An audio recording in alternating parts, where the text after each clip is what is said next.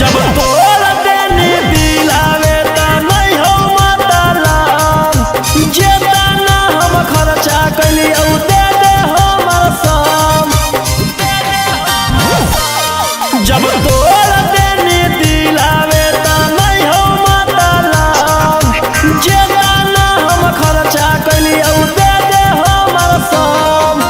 हमारे रुपया सब उड़ाबो हनी गे जेतने तू हमारा खिलाबो हनी रे ओतने पलंगिया हिलाबो हनी रे जेतने